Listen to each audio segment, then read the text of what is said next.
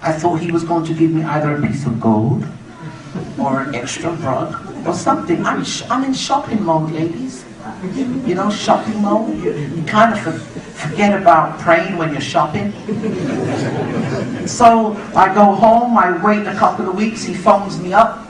I go back to the store.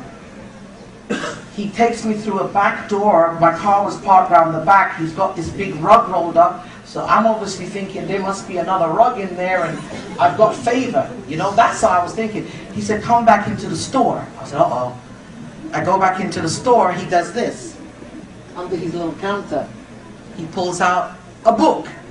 I said, what is that? He said, a Quran. I said, why is everybody giving me Qurans? I need a new Bible.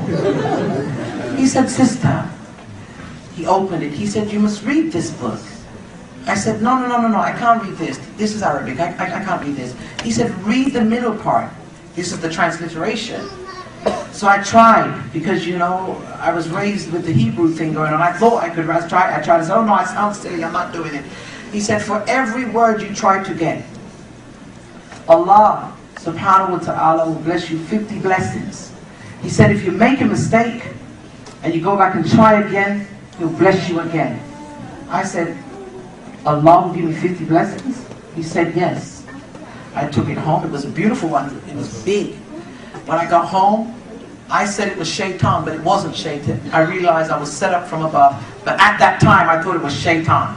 I said, oh, Satan, you're wicked. I opened the book and it was saying, people of the book, people of the scripture, and where, you know, death, doom, and gloom. And I went, whoa!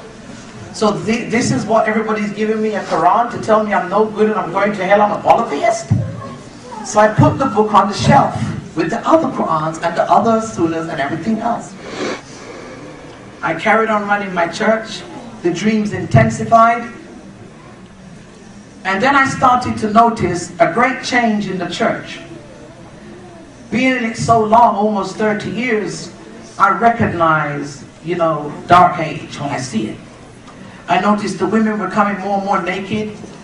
You know, corruption was getting more inbred and nobody cared anymore. And I just tried to keep my church pure and carried on. I went to the jewelry shop, still looking for more gold. You know how it is, girls. I'm not going to get an amen because you are Muslim, but I said amen. And when I got to the jewelry shop, I buying more gold. And Ahmed and Isa, they became my great friends. And we talked about God again. So, you know, I said, oh, these man has been replaced now. I have two friends now who are Muslims who I can argue with about this Muslim thing. One day I went to the store and Ahmed was crying. I said, why are you crying? You look at me, you start crying. He said, sister, Allah has been chasing you for a long time. I said, chasing me? What are you talking about? I've been a minister for 26 years.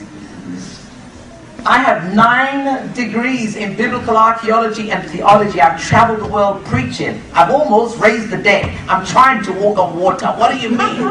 He's been chasing me. I said, why is everybody trying to invalidate my ministry?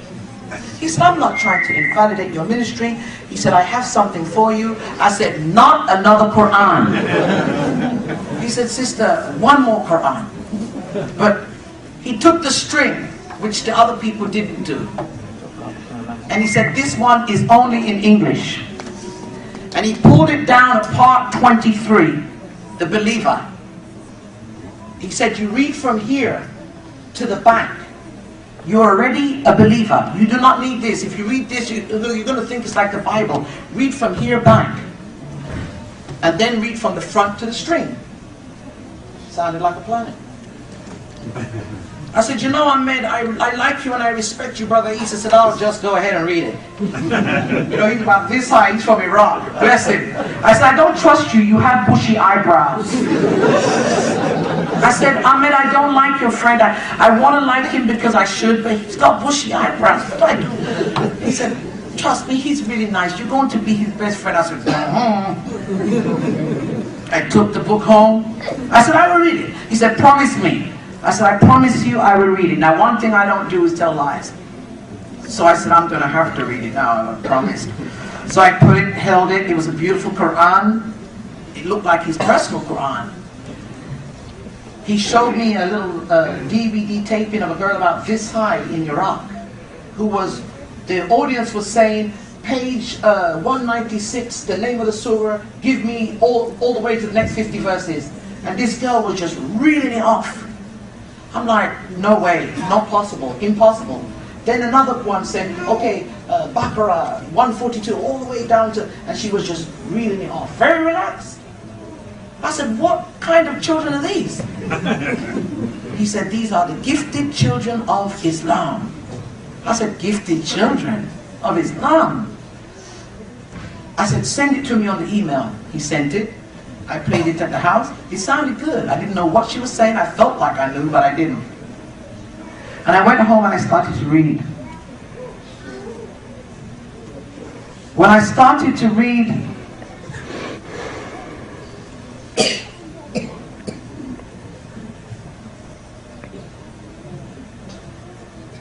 I went into a nervous breakdown. When I saw what the Quran said